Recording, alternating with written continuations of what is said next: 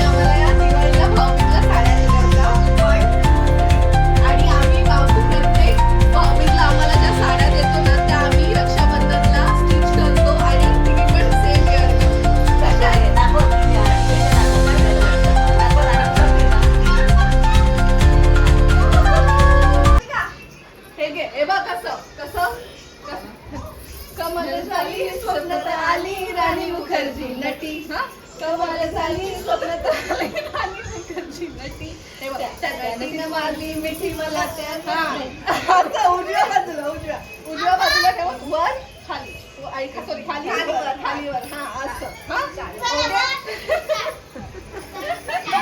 तरी सगळं हा ठीक आहे. चल आवाज नाही येत.